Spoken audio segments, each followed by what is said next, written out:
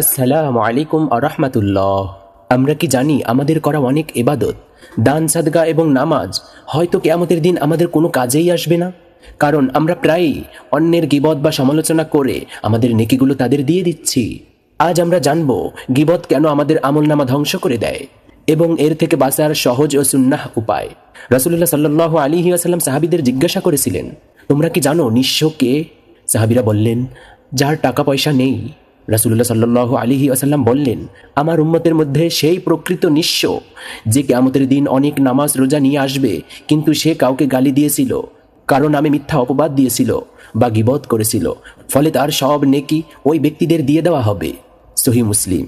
ভাবুন, এত কষ্টের অর্জিত নেকিগুলি কাল কিয়ামতের মাঠে নিয়ে যাওয়ার পরেও সেই নেকি থেকে আপনি বঞ্চিত হচ্ছেন, কারণ আপনি বেঁচে থাকা অবস্থায় মানুষের সমালোচনা গীবত নিয়ে ব্যস্ত ছিলেন। তাই আমাদের গীবত থেকে বাঁচতে হবে, মানুষের সমালোচনা থেকে দূরে থাকতে হবে।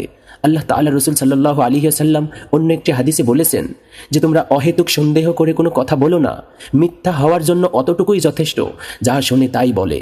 অর্থাৎ এই হাদিস থেকে বোঝা গেল আমাদের কোনো কিছু শোনার সঙ্গে সঙ্গেই বলা উচিত নয় যতক্ষণ না তা যাচাই করা হয়।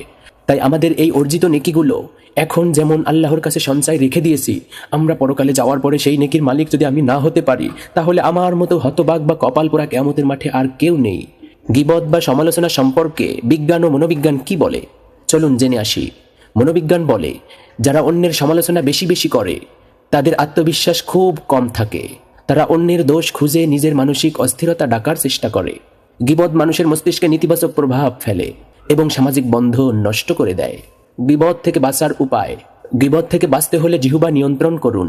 রাসূলুল্লাহ সাল্লাল্লাহু আলাইহি ওয়াসাল্লাম বলেছেন, যে ব্যক্তি তার জিহ্বা এবং লজ্জাস্থানের জিম্মাদার হবে, আমি তার জন্য জান্নাতের জিম্মাদার হব। সুবহানাল্লাহ। সহিহ বুখারী।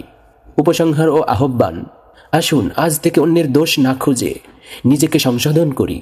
আল্লাহ তাআলা আমাদের সবাইকে মানুষের দোষ খোঁজা থেকে বিরত রাখুন এবং অন্যের সমালোচনা থেকে বিরত রাখুন। আমিন। আসসালামু আলাইকুম আ রহমতুল্লাহ।